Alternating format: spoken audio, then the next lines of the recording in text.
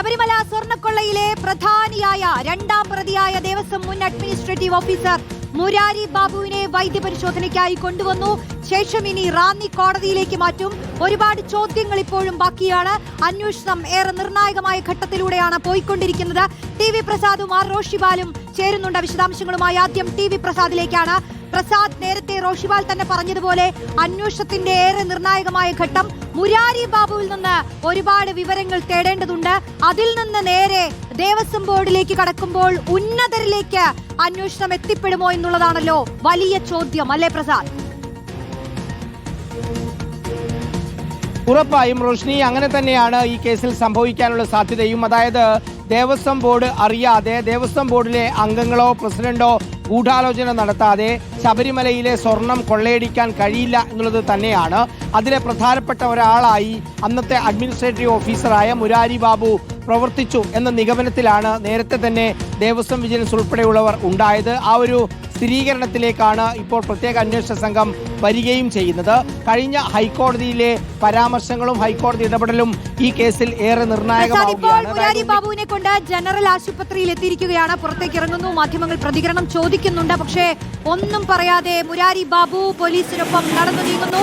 General ആശുപത്രിയിൽ എത്തിയിരിക്കുകയാണ് സ്വർണ്ണക്കൊള്ളയിൽ രണ്ടാം പ്രതിയായ മുരാരി ബാബു. ഇനി അവിടുന്ന് വൈദ്യപരിശോധനയ്ക്ക് ശേഷമായിരിക്കും കോടതിയിലേക്കുള്ള പോക്ക്. പ്രസാദ്, തുടർന്നോളൂ.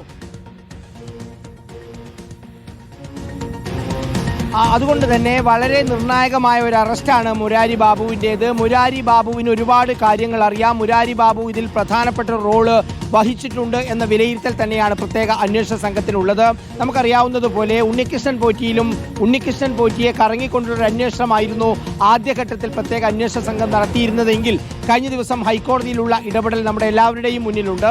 ദേവസ്വം ബോർഡിന്റെ ഗൂഢാലോചന, ദേവസ്വം ബോർഡിന്റെ ഇടപെടൽ അതുകൂടി അന്വേഷിക്കേണ്ടതുണ്ട്. മാത്രമല്ല, നിലവിലുള്ള ദേവസ്വം ബോർഡും ഗുരുതരമായ വീഴ്ച വരുത്തി. 2019 വീഴ്ച മറച്ചുവെക്കാനാണോ 2025 വീണ്ടും കൊണ്ടുപോകാൻ അനുവാദം കൊടുത്തത് തുടങ്ങിയ ചോദ്യങ്ങളായിരുന്നു ഹൈക്കോടതിയുടെ ഭാഗമായി ഉണ്ടായത്. അതുകൊണ്ട് തന്നെ തട്ടിപ്പിന് നേതൃത്വം നൽകിയ ഉണ്ണികൃഷ്ണൻ പോറ്റിയിൽ മാത്രം ഒതുങ്ങി നിന്നുകൊണ്ടുള്ള ഒരു അന്വേഷണത്തിലൂടെ മുന്നോട്ട് പോകാൻ കഴിയില്ല എന്ന് പ്രത്യേക അന്വേഷണ സംഘം മനസ്സിലാക്കുകയായിരുന്നു. അതുകൊണ്ട് തന്നെയാണ് ഹൈക്കോടതി ആ കേസ് പരിഗണിച്ച് 24 മണിക്കൂർ പൂർത്തിയാകുന്നതിന് പിന്നാലെ തന്നെ മുരാരി ബാബുവിനെ വീട്ടിൽ നിന്ന് കസ്റ്റഡിയിലെടുക്കുന്നതും ഇന്നിപ്പോൾ അറസ്റ്റ് രേഖപ്പെടുത്തുകയും ചെയ്യുന്നത്. മുരാരി ബാബുവിനെ കസ്റ്റഡിയിലെടുക്കുമ്പോൾ ക്രൈംബ്രാഞ്ചിന്റെ കയ്യിൽ ഉണ്ണികൃഷ്ണൻ പോറ്റിയുണ്ട്.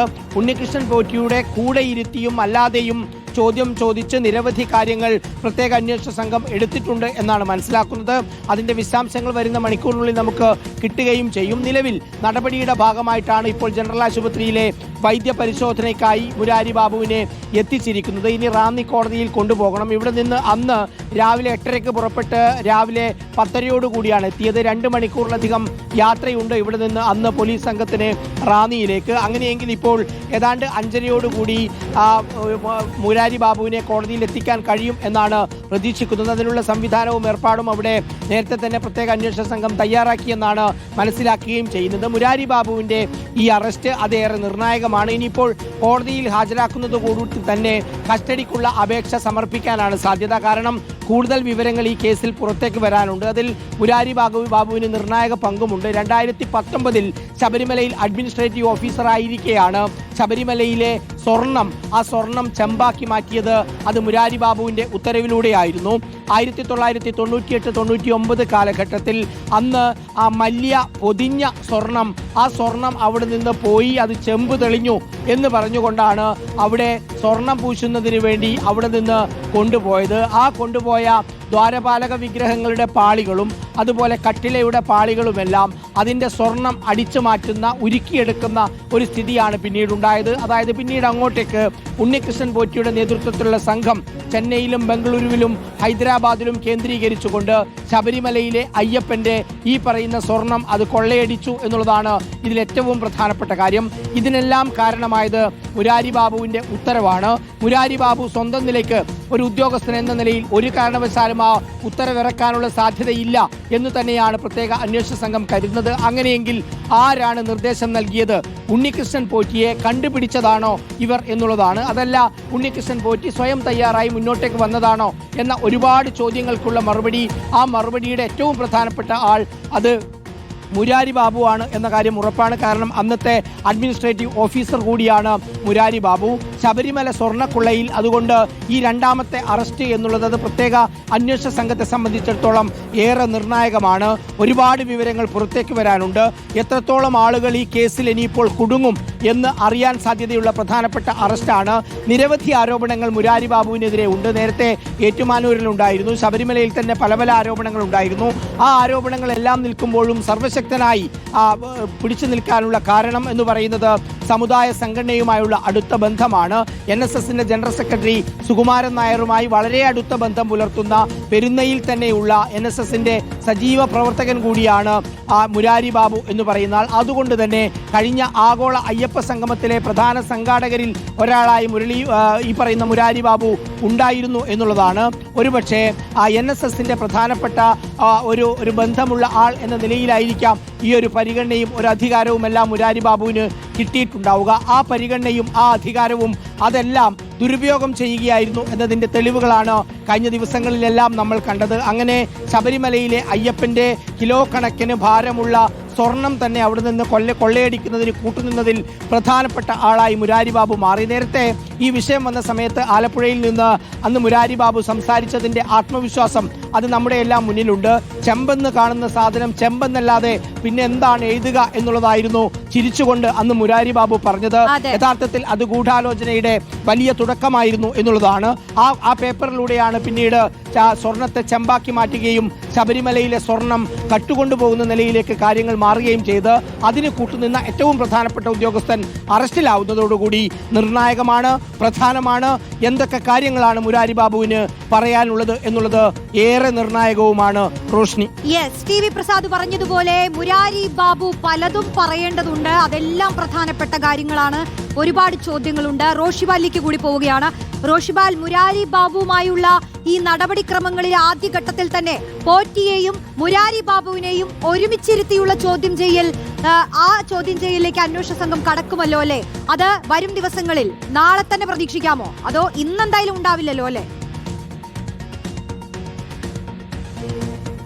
റോഷ്നി, ഇന്നലെ രാത്രി 10 മണിയോടെ കസ്റ്റഡിയിലായതിനു ശേഷം തുടർച്ചയായ ചോദ്യം ചെയ്യലാണ് മുരാരി ബാബുവിനെ. മുരാരി ബാബു ഈ കേസിൽ ഏറ്റവും പ്രധാനിയാണ്. അതുകൊണ്ട് തന്നെയാണ് നേരെ ക്രൈംബ്രാഞ്ച് ഓഫീസിലേക്ക് എത്തിച്ച ഇവിടെ ചോദ്യം ചെയ്യൽ നടത്തിയത്.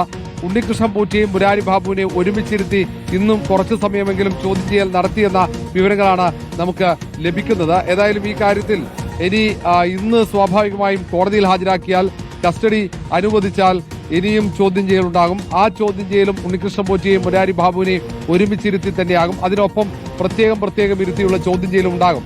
ഇവർ ചോദ്യം ചെയ്യൽ നൽകുന്ന വിവരങ്ങൾ അത് ഉറപ്പുവരുത്തുന്നതിന് വേണ്ടി ഇവരെ ഒരുമിച്ച് നിർത്തും. കാരണം മുരാരി ബാബുവും ഒപ്പം ഉണ്ണികൃഷ്ണൻ പോറ്റിയും തമ്മിലുള്ള ബന്ധം, ഇവർ തമ്മിലുള്ള ആ ഒരു ഇടപാടിൽ എന്ത് ബെനിഫിറ്റാണ് ഉണ്ണികൃഷ്ണൻ പോറ്റി മുരാരി ബാബുവിന് നൽകിയത് എന്നടക്കമുള്ള ഒട്ടേറെ കാര്യങ്ങളുണ്ട്. ഈ കാര്യങ്ങൾ വ്യക്തത വരുത്തുക എന്നതാണ് അന്വേഷണ സംഘത്തിന് മുന്നിലുള്ള ഏറ്റവും പ്രധാനപ്പെട്ട കടമ്പ.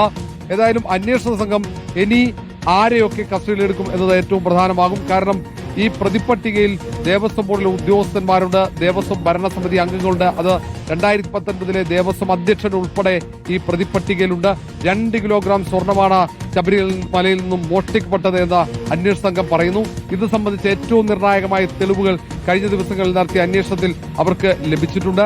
അത് അടിസ്ഥാനമാക്കി തന്നെയാണ് മുരാരി ബാബുവിനെ അറസ്റ്റ് ചെയ്തതും. ഇനി മറ്റുദ്യോഗസ്ഥരെ കൂടി അറസ്റ്റ് ചെയ്യും. അതിനൊപ്പം ദേവസ്വം ബോർഡ് ഭരണസമിതി അംഗങ്ങളെ ഒന്നൊന്നായി ചോദ്യം ചെയ്യാൻ കസ്റ്റഡിയെടുക്കാനാണ് സാധ്യത. ഈ കാര്യത്തിൽ വരും ദിവസങ്ങളിൽ നമുക്ക് വ്യക്തതയുണ്ടാകും. ഇതിനൊപ്പം തന്നെ ഈ അറസ്റ്റിലായ ഈ 2 പ്രതികൾ, അത് ഉണ്ണികൃഷ്ണൻ പോറ്റി, മുരാരി ബാബു, ഇവരെയൊക്കെ തെളിവെടുപ്പിന് കൊണ്ടുപോകേണ്ടതുണ്ട്. ഈ സ്വർണം കണ്ടെടുക്കേണ്ടതുണ്ട്. അതാണ് ഏറ്റവും പ്രധാനമാവുക. കാരണം തൊണ്ടി മുതൽ ഈ സ്വർണമാണ്. ആ സ്വർണം ആർക്കാണ് ഉണ്ണികൃഷ്ണൻ പോറ്റി കൈമാറിയത് എന്ന കാര്യത്തിലാണ് ഒരു വ്യക്തത വരേണ്ടത്. ഈ കൈമാറിയ സ്വർണം അത് കണ്ടെത്തുക വലിയ ദൗത്യമായിരിക്കും അന്വേഷണ സംഘത്തെ സംബന്ധിച്ചിടത്തോളം. അത് ഒന്നിൽ കൂടുതൽ പേരിലേക്ക് ആ കൈമാറിയത് പോയിട്ടുണ്ടെങ്കിൽ അത് കണ്ടെത്തുക എന്നതാണ്. മാത്രവുമല്ല, അത് ആ സ്വർണം ഉരുക്കി ആഭരണങ്ങളാക്കിയിട്ടുണ്ടോ എന്നടക്കമുള്ള കാര്യങ്ങളിലാണ് ഇനി വ്യക്തത വരേണ്ടത്. ഏതായാലും ഏറ്റവും പ്രധാനപ്പെട്ട നീക്കങ്ങളാണ് വരും ദിവസങ്ങളിൽ അന്വേഷണ സംഘത്തിന്റെ ഭാഗത്ത് നമ്മൾ പ്രതീക്ഷിക്കുന്നത്. റോഷിബാൽ, മറ്റൊരു കാര്യം, ഈ നിലവിൽ ഇപ്പോൾ മുരാരി ബാബുവും സ്മാർട്ട് ക്രിയേഷൻസുമായി ബന്ധപ്പെട്ട് തന്നെയുള്ള പരാതികൾ ഈ ദ്വാരപാലക ശില്പം നവീകരണത്തിനായി ഉണ്ണികൃഷ്ണൻ പോറ്റി വഴി ചെന്നൈയിലെ സ്മാർട്ട് ക്രിയേഷൻസിൽ എത്തിക്കാൻ മുരാരി ബാബു നീക്കം നടത്തിയെന്ന കണ്ടെത്തൽ കൂടി ഉണ്ടല്ലോ. അപ്പോൾ സ്മാർട്ട് ക്രിയേഷൻസുമായി ബന്ധപ്പെട്ടും മുരാരി ബാബുവിനെ ചേർത്ത് പല അന്വേഷണങ്ങളിലേക്കും കടക്കുന്നേക്കും അല്ലേ? സ്മാർട്ട് ക്രിയേഷൻസിന് ഈ മോഷണത്തിൽ ഏറ്റവും നിർണായകമായ പങ്കുണ്ട്. ആ ഗൂഢാലോചനയുടെ ഭാഗമാണ് സ്മാർട്ട് ക്രിയേഷൻസിന്റെ ഉടമ. ആ കണ്ടെത്തൽ തന്നെയാണ് അന്വേഷണം മുന്നോട്ട് പോകുന്നത്. അതുകൊണ്ട് സ്വാഭാവികമായും ഏറെ വൈകാതെ ഇനി സ്മാർട്ട് ക്രിയേഷൻസിന്റെ ഉടമ കൂടി ഈ അന്വേഷണ സംഘത്തിന്റെ മുന്നിലേക്ക് എത്തും. ചോദ്യമുനയിലേക്ക് എത്തുന്ന പ്രധാനികൾ ഒന്ന് സ്മാർട്ട് ക്രിയേഷൻസിന്റെ ഉടമയാണ്. അങ്ങനെ ഈ സ്വർണം കൈമാറിയെന്ന് പറയപ്പെടുന്ന കൽപേഷിനെ അടക്കം കണ്ടെത്തേണ്ടതുണ്ട്. അങ്ങനെ പ്രധാനപ്പെട്ട ആളുകൾ ഈ ദേവസ്വം ഭരണസമിതി, ദേവസ്വം ബോർഡിലെ ഉദ്യോഗസ്ഥന്മാർ, അതിനപ്പുറത്തേക്ക് അതിന് പുറത്തുള്ള പ്രധാനികൾ ഒട്ടേറെ പേരുണ്ട്. അവരെ കൂടി കണ്ടെത്തേണ്ടതുണ്ട്. അതിനു പുറമെ ഉന്നതന്മാർക്ക് ഈ തട്ടിപ്പിൽ എത്രത്തോളം പങ്കാളിത്തമുണ്ട് എന്നതുകൂടി പരിശോധിക്കപ്പെടുന്നുണ്ട്. ആ ഉന്നതർ ആരായിരിക്കും? ഏതെങ്കിലും രാഷ്ട്രീയ നേതാക്കൾക്ക്, മുൻ ദേവസ്വം മന്ത്രിമാർക്ക് ഈ തട്ടിപ്പ്